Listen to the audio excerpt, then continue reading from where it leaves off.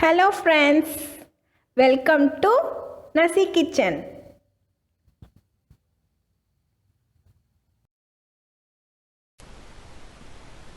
Hi friends, இன்னைக்கு நம்ம சேனல்ல ஹோம்மேடான சமோசா ஷீட் எப்படி செய்யறதுன்னு தான் பார்க்க போறோம்.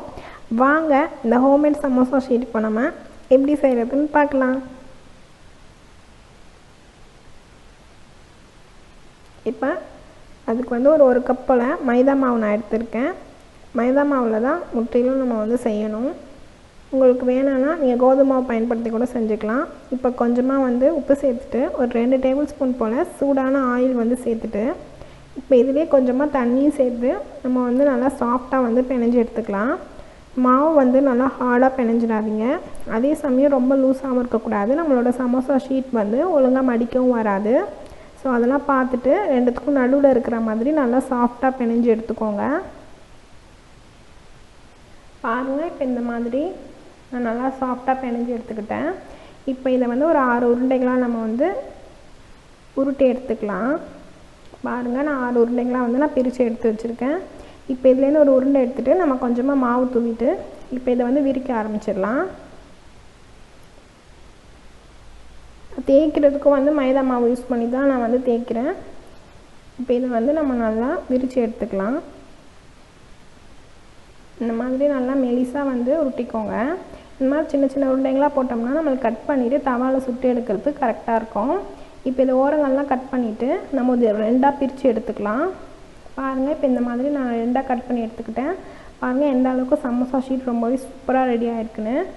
இப்போ இதை நம்ம தவாவில் சுட்டு எடுத்துக்கலாம். நம்ம தவாவில் சுட்டு எடுத்தால் தான் நம்மளுக்கு கரெக்டாக கோன் ஷேப்பில் ரோல் பண்ணுறது கரெக்டாக இருக்கும் நமக்கு.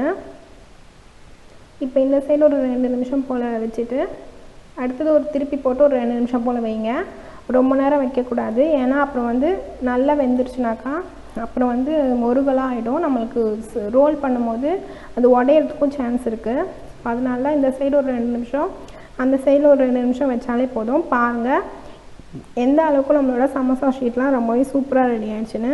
இப்போ இந்த ஓரங்களெல்லாம் பேஸ்ட் தடவிட்டு நான் கொஞ்சமாக ஸ்டஃபிங் வச்சு உங்களுக்கு சமோசாவும் செஞ்சு காமிக்கிறேன். பாருங்கள், ஹோம்மேட் சமோசா ஷீட்டில் ரொம்பவே சூப்பராக நம்ம சமோசா செய்யலாம்.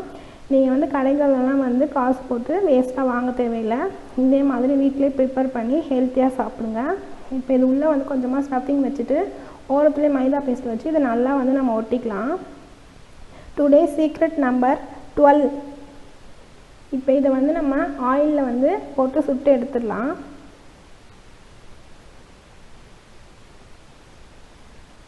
இப்போ இது நல்லா வேக வச்சு நம்ம திருப்பி போடும்போது நம்ம ஹோம்மேடாக செஞ்ச சமோசா ஷீட்லேயே எந்த அளவுக்கு சமோசா சூப்பராக வந்துருச்சு பாருங்கள்.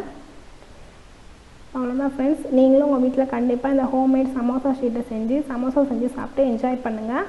இதே மாதிரி அடுத்த ஒரு இன்ட்ரெஸ்டிங்கான ரெசிபியோடு நான் உங்களை பார்க்குறேன். நம்ம சேனல் பிடிச்சிருந்தா மறக்காமல் நம்ம சேனலை சப்ஸ்கிரைப் பண்ணி வச்சு பார்த்துக்கோங்க. தேங்க்ஸ் ஃபார் வாட்சிங்.